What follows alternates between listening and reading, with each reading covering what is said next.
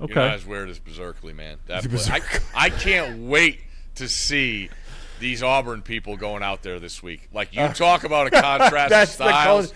That should be another thing. Can we do that this year? Culture shock of the week. Oh my God! Write that down. Culture shock of the week this week is going to be the boys from Auburn. Like, they're going to be sitting there looking at the stadium, and you look right over. You see Strawberry Canyon, Tightwad Hill, and it's just a cloud. Yeah. And you're like, I wonder what's going on over there. I ain't got me nobody. I ain't got me no. I got that green light, babe. The prodigal son has returned. ACC Steve. Didn't take long for that one to come. What's up, dude? We'll talk about the ACC. First thing I want to talk about is game day, man. Yeah.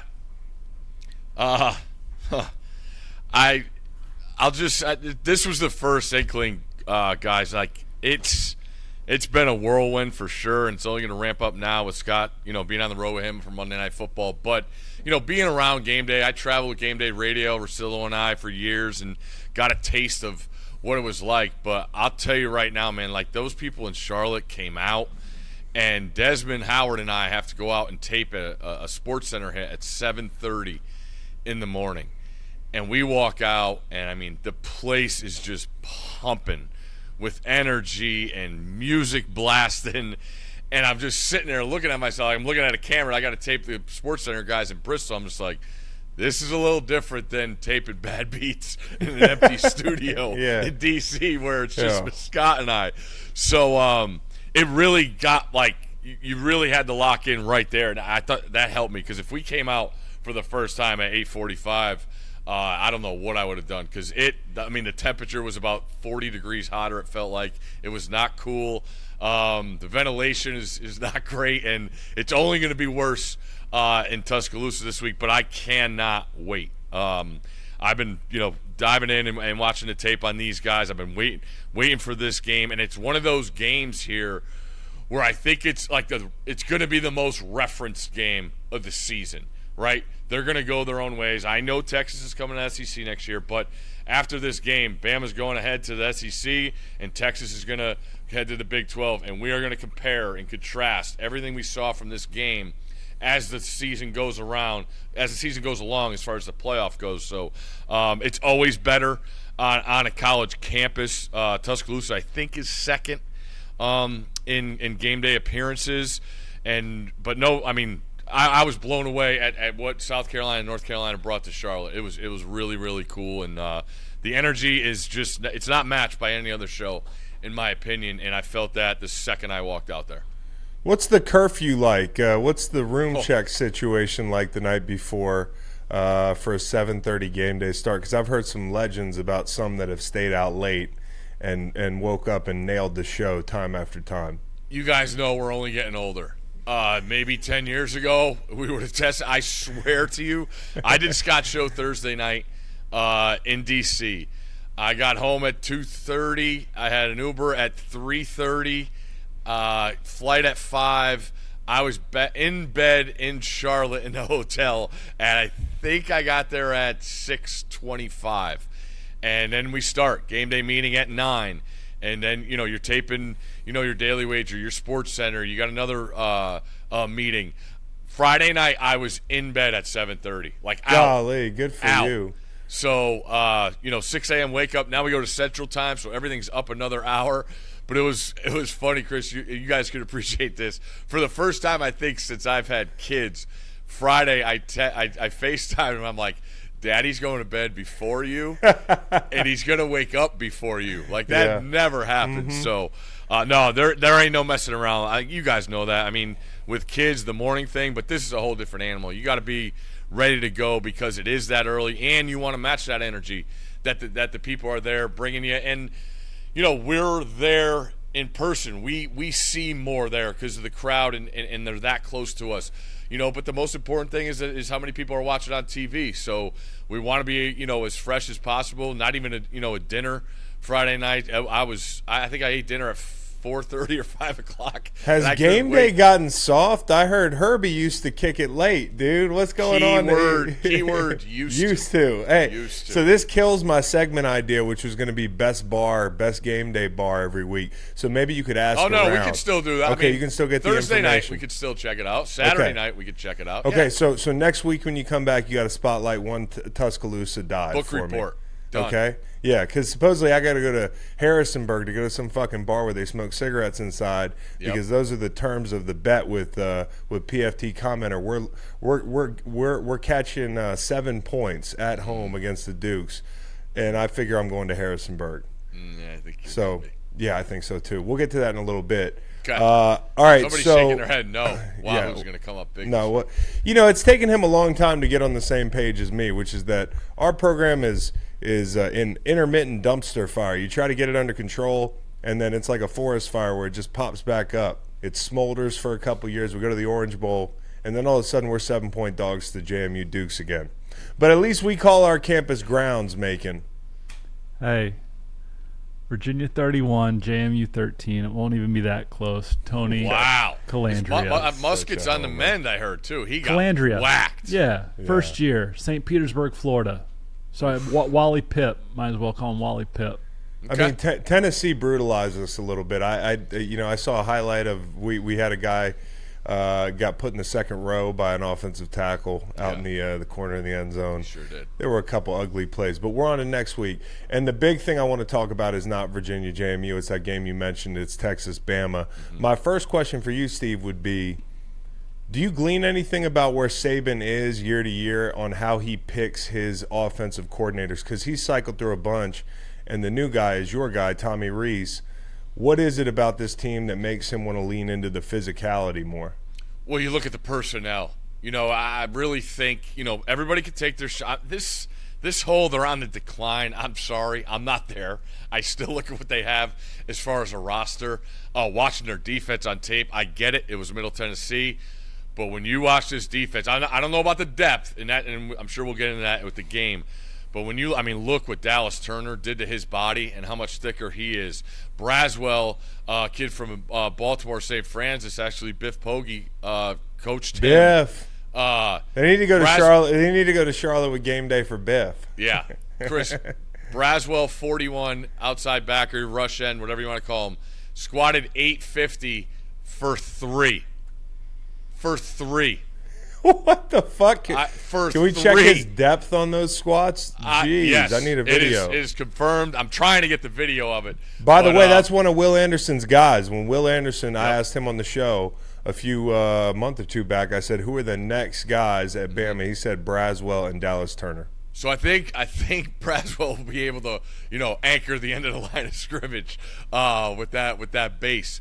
But when you talk about Tommy Rees in the transition, it's the roster. They have, like Booker, he's probably one of my favorite players in the country, guard, close to home. He grew up right where I grew up in New Haven, Connecticut. Ended up at IMG, a bad dude on the offensive line. So they bring in a Proctor, the freshman left tackle. That kid's a stud. Yeah, got one. He's bad got a snap last frame. week. He's got a frame. I haven't Yeah. seen him play. I didn't watch Middle Tennessee. Understood. So, yeah. That's why I'm here for you. Okay. No, but I think it's the strength. I think Tommy, with how creative he was, we saw that they had way under average quarterback play when they had to go to Pine last year, and what they were able to do in the run game with multiple tight ends and their offensive line. They got 2 NFL tackles last year at Notre Dame. So I think there was an identity there that Saban wanted to bring back. You look at what they did. They lost the road game in a shootout against Tennessee, and they lost the road game that was a shootout against LSU. So I think with the clock changes, and if he could get back to playing ball control, staying in third and manageable situations, not relying on the magic of Bryce Young, that fits him better because he has guys back on defense. That's been the biggest thing, is there's been holes, whether it's the secondary a couple years, just those inside backers. They got one back now, 32. Deontay Lawson is that guy in the middle. You go back to Rolando McClain and Mosley and all those great Bama linebackers they had. They have guys inside. now that could cover. They got Josh Downs' brother Caleb is in the secondary. They still got Kool-Aid at corner. Like, they are built. Like, they come out and you see, who's Bama's starters. You could just look at pregame and you know who they are. Those guys are back. So when you look at the matchup, I think as far as depth-wise and talent, I might take Texas, though. They rotate 4 DTs that are really, really good. 90, 93, 95, Murphy, Collins, and Sweat. I mean, they are bruisers, and they gave it to Alabama last year on the line of scrimmage, and that's why they were in that game, and then Bryce pulled it out at the end. But that's what you need, and when you talk to people on the Texas staff, that's why they're so confident, because all those guys coached in the SEC. A ton of them coached for Saban. They know what it takes to go on the road in the SEC and be successful. And for the first time since, Colt McCoy days, people in Texas are that confident. And I know they are. To me, it just goes on Quinn Ewers, and can he do it in this kind of situation. I heard one of the Texas people talking. I thought it was an interesting point. The 2 biggest stadiums in the Big 12 are Texas and Oklahoma.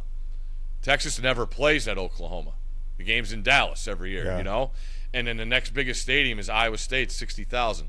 They're coming into 90-plus this week, and I cannot wait to see it. And they're making the band sit upstairs, which is my favorite, thread in this game. Returning the favor, right? Yeah, returning the favor, because last year Bama's band had to sit way up there in that stadium, and 101,000 seat capacity at Bryant-Denny. They're going to be up there where the airplanes fly. They might get hit by a fucking Cessna up there. They should throw the musical equipment down off the upper deck onto the lower deck. Fuck you. Falling trombone. That's another way you can die in Alabama. They probably put the Texas parents on the first with the good seats. They probably put them right underneath them. Yeah, all-time no question. backfire. Hey, last year, 20-point dogs. Do I have that right at home? Texas right around there, was. 18, 20, yeah. So looking at the quarterbacks, number one, Quinn Ewers looks great. He cut his hair. He looks like he could get a fucking job now. And then Milroe, I'm kind of wondering what his ceiling is, thinking big picture as a passer, and does he remind you of anybody? To me, he doesn't, Chris, because when you watch him run, when he is full stride, it's like, why doesn't this guy have the ball in his hands as a playmaker? But then you saw the improvements last week. He threw a couple nice deep balls. They like their weapons on the outside. They would like a little more consistency. Talking to people, and during camp, there's a problem with some drops. But, there's a lot going on in a summer camp in Alabama. Like the weather down there this summer has just been absolutely brutal. But when I watch Milroe, I do feel like I saw improvements. And that's what's interesting here. Last year, he had to start against A&M. A&M attacked him. And what happened? Ball security was terrible. He had 2 turnovers, and A&M, made it a dogfight. Texas has that ability to make things ugly. Alabama's, their interior offensive line isn't great, but Texas D tackles are. And then when you look at the speed, and Alabama's going to use multiple tight ends.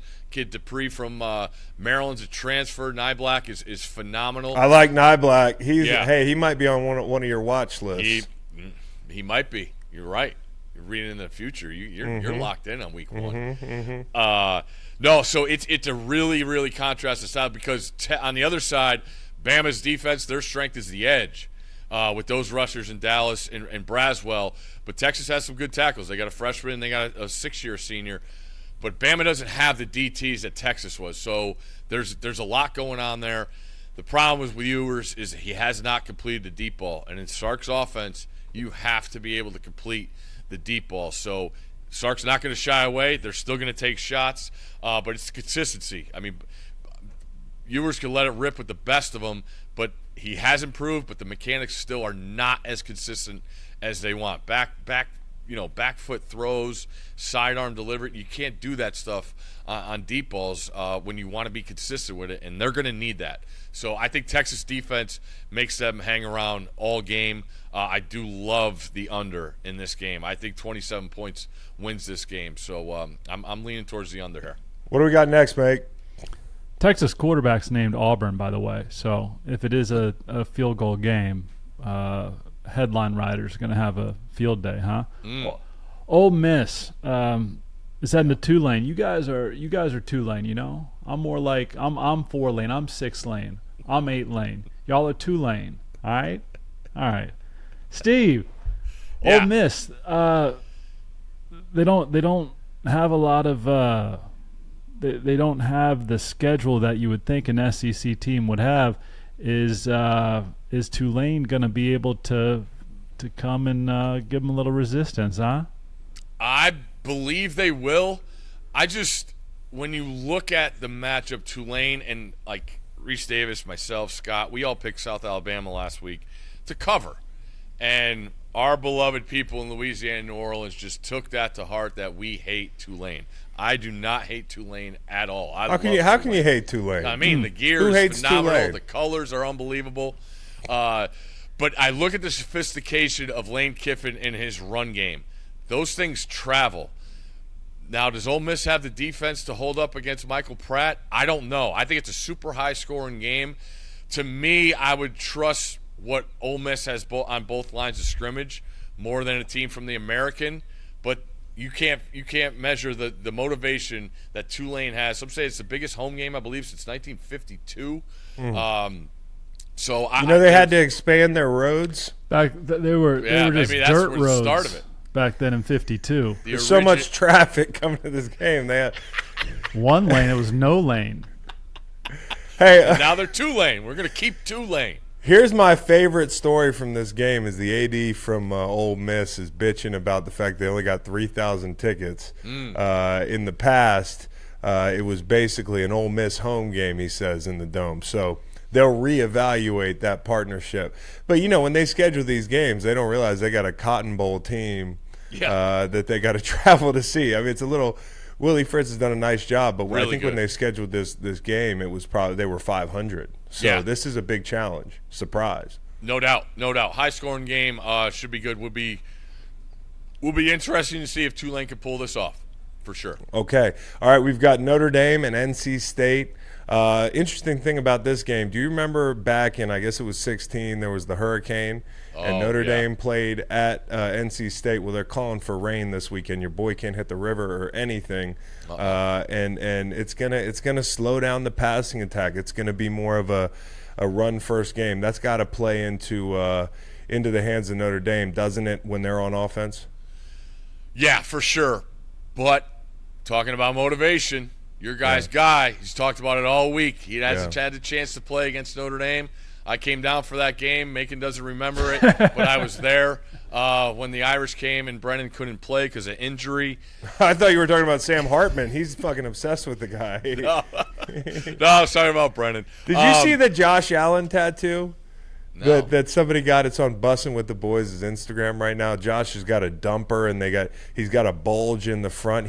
The tattoo sexualized Josh Allen. I'm kind of wondering if Macon's going to get a Sam Hartman tattoo that same way. Hey, Steve, I had a baby on Friday. You haven't said anything, but Congrats. Thank you. I was sitting there in the nursery and just talking ball with this grandma like woman in the nursery. This is great. And she's probably 80 years old, and I don't all the days are running together, but come to find out she is related to Sam Hartman. Her brother's grandson is Sam Hartman. Whatever relation that makes them, it's that. And so then she said, I said, oh, good player, great young man. Really good player. And then she says something like, yeah, he really enjoys it. And then something about Wake Forest. She didn't know he transferred? Was not Notre Dame not on the really nice ladies' radar.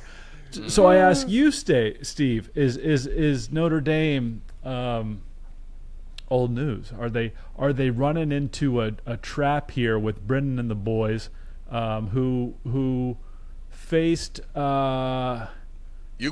It wasn't always smooth against UConn. Yeah. No, it wasn't. It wasn't. No doubt. And I think you can see a lot.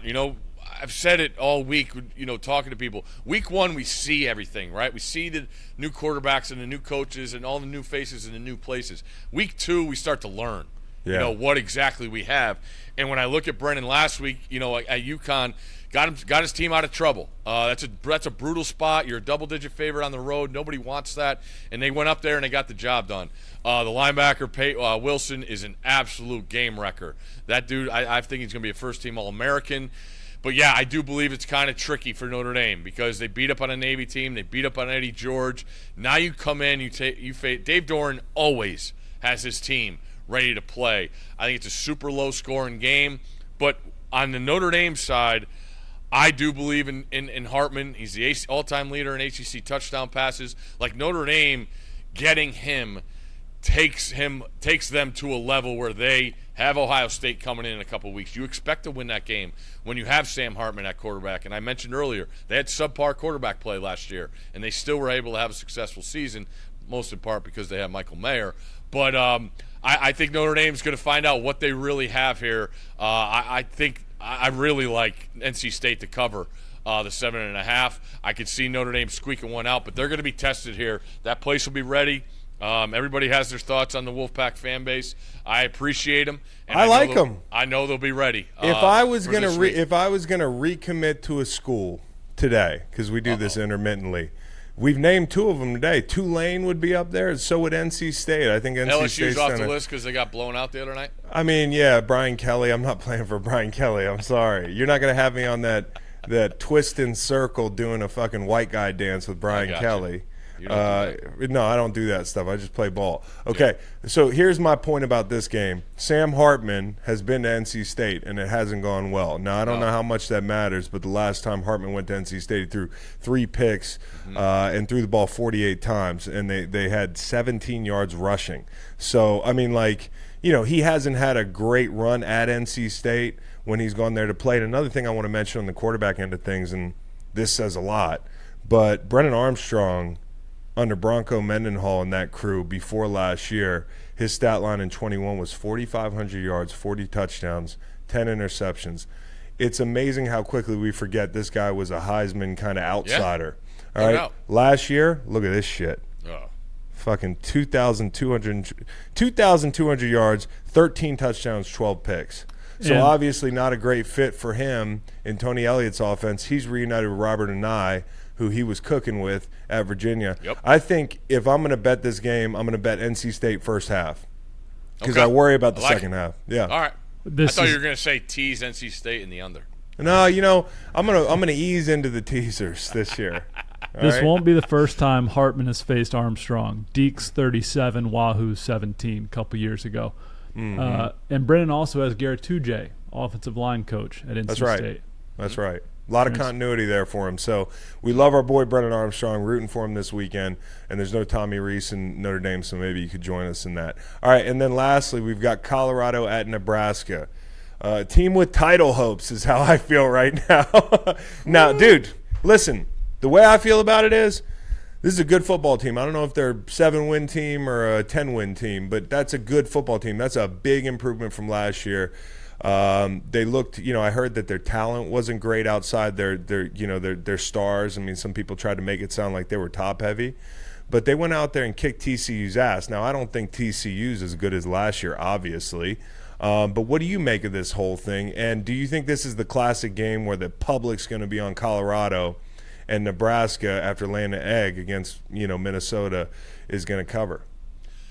Well, it is. I mean, looking at the numbers, we haven't had a game with this much action on it in the college level. When you start comparing it to NFL, it's crazy that it's outnumbered the tickets for any NFL game. Like, you just don't get that. So you know the popularity that Deion has brought, and it's much warranted after what they did last week. Now, I do think it was a perfect matchup because TCU wanted to play fast break football also. Now you got Matt Rule, who wants to run as many run plays as possible down your throat. I do think Nebraska has a significant advantage on both lines of scrimmage, but credit to Sean Lewis in Colorado last week. We don't know what their offensive line has, but I'll tell you what, they got a quarterback that's damn decisive and got rid of the ball and had 4 guys have over 100 receiving yards. Like, that is executing a game plan to a T. Now, can Colorado, hold up defensively? They didn't hold up last week. If they don't get those 2 turnovers in the red area, end zone, yeah. I don't know if this we're talking about it as much. And games of the year, the sports books release 2 weeks ago, you could have got Colorado plus 8.5. That's what the line was, and it slipped all the way to 3. And then with all this money, this is what's crazy about Vegas. It has not moved off Colorado minus 3. That tells you how confident Vegas is in the number that they have, and it's really scary because it's astronomical, the action that's coming in Colorado. So I could easily see a Colorado, 1 or 2 point win here, and the books are happy and everybody's happy because Colorado won. But I don't. Taking Colorado is plenty of people have, but I just think they're going in blind in the whole recency bias. But I might tease Nebraska on the road, and then I take Texas on the road as well in a teaser. That would be what I do out of these 4 games if the tease guy was going to make an appearance. Right. So I just I feel like this is a type of game where as you said, the public gets egg on their face, and I mean. This Colorado model, it's popped up at Texas State a little bit, like that flew under the radar. I thought that was a huge deal. Any other week one, we're making a big deal about that, but Colorado stole the show. I mean, it's not automatic. We talked about it a little bit on this show, but I do think, and I likened it to like American politics where we're thinking outside the box. Like if you've been on TV, you could run for president. If you played in the NFL, you could be one of these recruiting machines, these in the NIL era, in the social media era. You could be the next Deion Sanders. Now the trouble is, who's the next Deion Sanders? He fits like a glove. I mean, you never would have thought it would have worked out, but it works out perfect, and you see the power that he has in bringing players in and the whole thing. Like Arizona State has 40-something transfers this year. Mm-hmm. They're not going to be great. So it doesn't necessarily mean that if you bring a bunch of new guys in or a former NFL player, it's going to work. But do you think this model is going to be more prominent? It's like cutting to the front of the line a little bit, and I would have – it's funny, I would have likened Colorado to a Virginia. I was going to ask you who Virginia's Power 5 comp is in the wake of us catching 7 against the Dukes. Not anymore because we don't have a Deion Sanders. No. So, does this work, and who are some of the other guys you could see pull this off?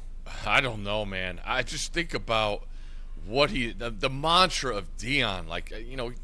He was the guy when I was growing up. Nobody was Deion.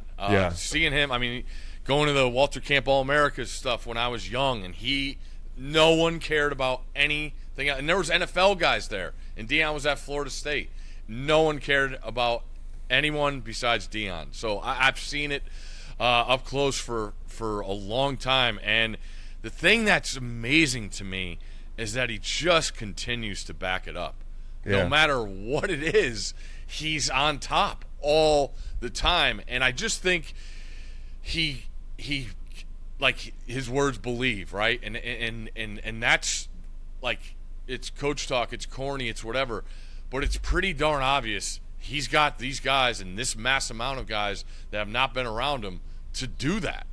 And that's where the stuff behind closed doors is fascinating to me. To see how crisp and buttoned up they were as an offense was awesome. To see, like, I literally, people were asking, what do you think is going to happen?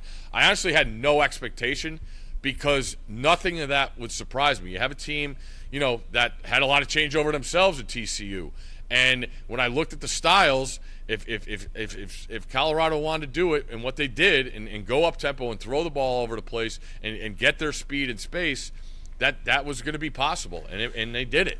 So. I can't think of anybody that could do it. I got one for you. I got one for you. Ed Reed and the whole Bethune thing. I think Ed Reed has that magnetism, that respect, that motivational kind of superpower that, like, when Ed Reed walks in the room, I mean, I used to watch the Miami halftime speech to get fired up. It's like 15 seconds long. Don't ask me if I'm okay. I'm hurt, dog. I mean, I love Ed Reed. I think Ed Reed could take over a program, somebody like that, and have the same effect as Deion. But you're right. Like, he's the first of the party, and he's the best at this thing. Yep. So it's hard to say whether or not we're going to go this direction a little bit more in the future. Did you have Virginia Power 5 comp? Stanford? Yeah, I was going to ask, who would you rather be right now, Stanford or Virginia? Well, the whole Pac-12 thing kind of complicates things. I'm fired up for some ACC baseball in Charlottesville. That's what I'm looking forward to. So who would you? Yeah, we're going to have a lot of fun, trips down here. I think we have with to meet you Stanford halfway Steve. in Dallas. It's going to be a party at SMU. We should when they meet up, we should meet up in the Midwest. Of course, the ACC basketball tournament this year is in D.C. also. Okay, Not next good. year. So you think it's Stanford? I was going to throw a couple more out there. Illinois, Indiana, used to be Colorado, used to be Iowa State. I would have said Cal. So can you educate us on the differences between Stanford and Cal? Because I figure Cal, you have notable players who get drafted, have good careers. Maybe the Jeff Tedford era is a corollary for the George Welsh years, but not as long, not as fruitful as Y'all the aren't George as Welsh. weird as that place. Huh? Oh, You're okay. not as weird as Berserkly, man. That place. I can't wait to see these Auburn people going out there this week. Like, you talk about a contrast of styles. That should be another my- thing. Can we do that this year? Culture shock of the week. Oh, my Reed, God. write that down. Culture shock of the week this week is going to be the Oh, boys man. from Auburn, like, they're Alabama. to be sitting there looking at the stadium, and you look right over. You see Strawberry Canyon, Tightwad Hill, yeah. and it's just a cloud. Yeah. And you're like, I wonder what's going on Yeah. over there. And then, God forbid, they walk down Telegraph. You see stuff there that is just you don't see it anywhere Those else. message boards are going to be off the chain. Oh. All right. So, anyways, we got a couple quick hitters before we get to our three locks of the week. Yep. Real quick, who's more likely to be this year's Miami? And by that I mean get their ass kicked early, reel off a bunch of wins. Is it Clemson or LSU? I would have to go Clemson. Because of the strength of schedule. Yes. All right, now let me ask you this: is Clemson basically Texas? Now, I'm not really aware of Texas's probably very rich football history year in and year out before the 05 to 09 period, but they had that really dominant run, and it feels like it's over for Clemson. I don't want to bury I do want to bury these guys. I don't like Clemson. I don't make any bones about it. I mean, Dabo's up there after they beat Duke, giving me a 45-minute dissertation on why they were better, except for on the scoreboard, than Duke. I can't fucking deal with it. Take your medicine and move on. You're not going to look back at this game. You're not going anywhere this year. But let me ask you this. Is it over for Clemson? I think there's got to be some changes made. I just look at how they were built and look at the guys they had on the defensive line and front seven. And you just don't step into a Deshaun Watson and a Trevor Lawrence. And listen, Klubnik deserves a lot of credit. Great recruit out of the high school, but he's got to show more. And then you look at the receivers. I mean, the names are there. I mean, those guys were elite. And then if they weren't elite separation guys, it was a Mike Williams who you throw the ball up and he would get to, or a Nuke Hopkins that was just insane with ball skills, a Renfro that was as good as it got and a perfect fit for that system. The drop off there, and it's natural. It's what happens. That's why those guys are all in the league playing. Yeah. So I think there just has to be. They haven't had a lot of offensive line problems, but they had NFL quarterbacks. So that's how you offset that thing. So I'd look at, Luganbill said it at the end of the broadcast. The speed and the strength was not. He didn't see a difference between Duke and Clemson, and that's a credit to Duke. Yeah, it is. Like everybody talks about Clemson this, Clemson that. Clemson's going to still have their chance to make their hay, and they get Florida State in a couple of weeks, who's a whole different conversation when you. I remember when Duke used to be a bad comp for Virginia. Now I'd be like, "Fuck, I'll take it." So, and that's to me, that was that because I love Riley Leonard, and I know they're going to be a classic case of. They're going to be a better football team than they were last year, but they're not going to have as many wins because they play the gauntlet of the ACC this year. So, but I thought that was way more about Duke and what Elko has done there as being a questionable hire and hiring a guy who hadn't been a head coach before. His brand is instilled in that program. It's awesome to see. Now, one last thing on Clemson. Nicole Auerbach wrote a great article about, the way that Dabo's failed to be progressive as a coach. I mean, that's true. I mean, whether it was the NIL stuff, he's going to cut his nose off to spite his face. And then on the transfer portal as well, he's been slow to get with the program on that because he thinks he's got everything he needs right there at Clemson, him and his little bowling alley. Okay, so here, real quick, Coughlin and Chang awards. Well, I consider Cam Ward, a quarterback of Washington State, a Timmy Chang award winner because they don't have a conference. So they're not Power 5. So Cam Ward was unbelievable. I took Colorado State in the Superdog last week on game day. They were a double-digit home dog.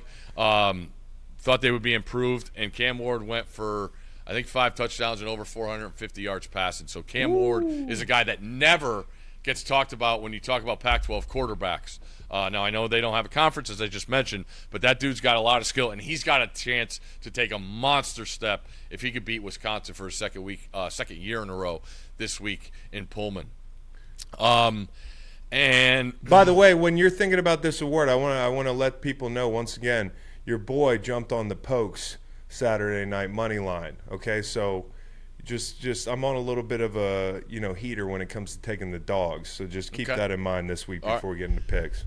Okay, and the Coughlin Award week 1 is Jaheim Bell, transfer from South Carolina for Florida State, and 1 carry, 1 touchdown, another catch, another touchdown. He was a guy that I loved that Florida State got because when I think about Norvell, he does an unbelievable job of play calling.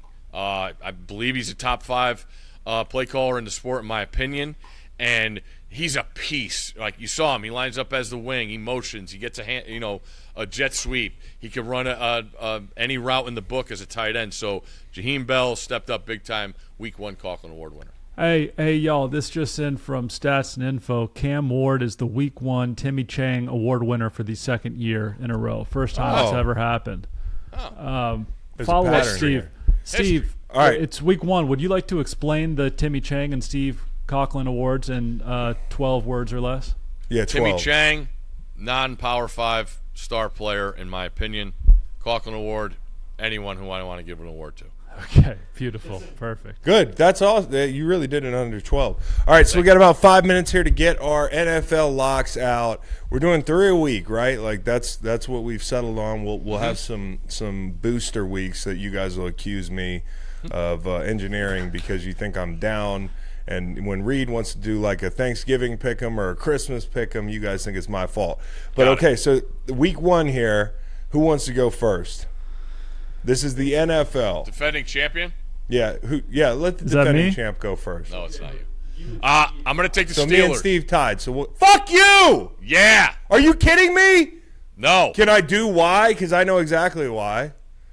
Fuck, Steve. They're a home dog, and Bosa, I only saw a headshot. Maybe he does have a beer belly. I like the way where they are right now with that defense, the way they are. Give me the Steelers at home as a dog. Listen, I like the game anyways. When you look at the Steelers the last 3 years in openers, in 21, they beat Buffalo. They went to Buffalo. They were touchdown dogs. They beat them outright. 22, they were 6.5-point dogs. They beat the Bengals, I believe, 23-20. And then in 2020, they were favorites by a touchdown, covered that spread against the Giants. So I love Mike Tomlin out the gate. This is a fucking great pick, Steve. I hate you. All right. And the money right now, it's 45-85. So 45% of the bets, 85% of the money. You motherfucker, you. God darn it, dude. I had 3. I was good. I forgot I got to have backups. Okay. All right, here's what I'm going with. I'm going to go with the Vegas Raiders, okay? 3.5. 3.5. Are we buying half points here? We get do we buy a half point? It's once a week. You can buy a half point. Once a week. I'll use my half point here on the Raiders. If it was at 3, I might stay away. But Jerry Jeudy's questionable. Tim Patrick's obviously hard. Javonte Williams is back, but I don't know how he's going to look. And the Raiders haven't lost to Denver since 2019, and basically since Josh Jacobs has been on the team. So I'm excited for this game. I don't mean like in a sense of watching it, but in a sense of like collecting the money at the end of the day. And it'd be great with the Raiders under win total that I'm on if they can lose this game. Okay. Cleveland Browns at home. They're getting 2.5. They got the Bengals. If I'm going to be wrong about the Browns being good this year, I'd like to be wrong week 1 so I can just pivot and adjust. Deshaun's got to be better than he was last year. Chubb. I can just read the roster. They're great at every level. Offensive line is outstanding, and we don't know what we're getting from Joey Burrow's calf. So week 1, dog pound, high expectations, and they're getting 2.5. I like it. Give me Cleveland. All right. Watch out for that quick game. I'm going to take New England plus the points. All offseason, he's had a chance to look at the Eagles. Eagles, new coordinators. I can't wait to see New England. I know Belichick, boring, whatever. Everybody's rooting against them. I still think they are going to be a pain in the ass all season long. I can't wait to see what Belichick does against Hurts and company. Give me the Patriots at home. Jeez Louise. I wish I could get Denver or Detroit at what I actually got them at, but that line is it's changed a little bit, as we know. I'll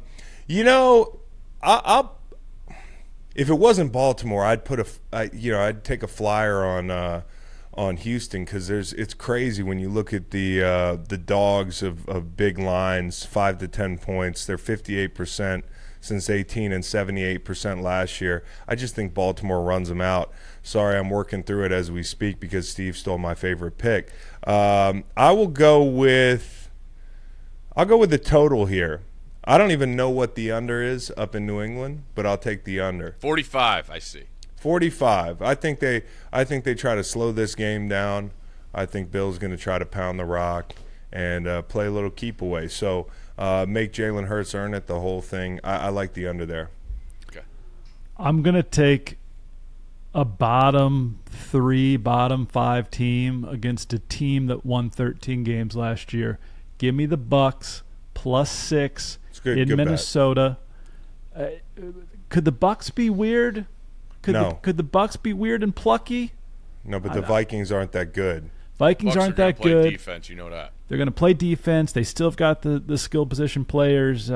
Baker, roll the ball out there. See what happens. Yeah. All right. I like it. I'm just going to make this a head-to-head against Chris. I'm going to take Denver just because I cannot wait to see the post-game press conference with their head coach and quarterback and see how different they are. They're at home. I get the numbers Chris all explained, but I'm taking Denver. Okay. I'll just play another under because I think unders have done pretty well week 1. And I'm forgetting which under. Oh, yeah, it's Tampa and Minnesota. And that's because the Bucks are under 17 of the last 21 games. I mean, and I don't see how it's going to be a slugfest up there. Or I don't see how it's going to be a shootout. Yep. It's going to be a slugfest. Okay. All right. Look out, Carolina Panthers. Ooh, plus I like 3.5. I like it. In Atlanta. All right. Atlanta's supposed to be great. Maybe that's an overreach. They have all the pieces to be very good. And here's little Carolina. With a rookie quarterback. I think it's a field goal game either way. So you got to be careful because the Falcons are like a hipster NFL fan pick. They're not like really a truly public pick. But I get what you're saying. I mean, a lot of good D linemen in that game too. It could be hell for quarterbacks. Hey, Steve, all right, Steve. Give us your backup Superdog pick. Who you're not taking for Superdog, but who you wanted to. Texas Tech. Oh, okay. Last week? Coming up this week. Oh, this week? Texas Tech. Okay. Thank you. Okay. Steve, go get on your flight, man. We'll see you on TV. Remember Thank that you guys. bar I just want to thing. say one thing. There hasn't been a day gone by where I haven't thought about that poor branch that Kyle tried to grab on the river. I think about that poor branch every single day, and I watch it every single day, and I just, talk about having no chance. That poor branch. Good Or Kyle. Nobody in that Oh, situation had a chance, dude. God, my favorite thing I've seen, I think, ever on the internet, and I think about him every day. He's doing all right. Good. Yeah, he's doing okay. The branch. All right. Yeah. Don't forget that bar, okay? Starting for the Lions. There'll be multiple. I'm gonna have to power ranking in Tuscaloosa. Love you, All right, Steve. care. Love you guys.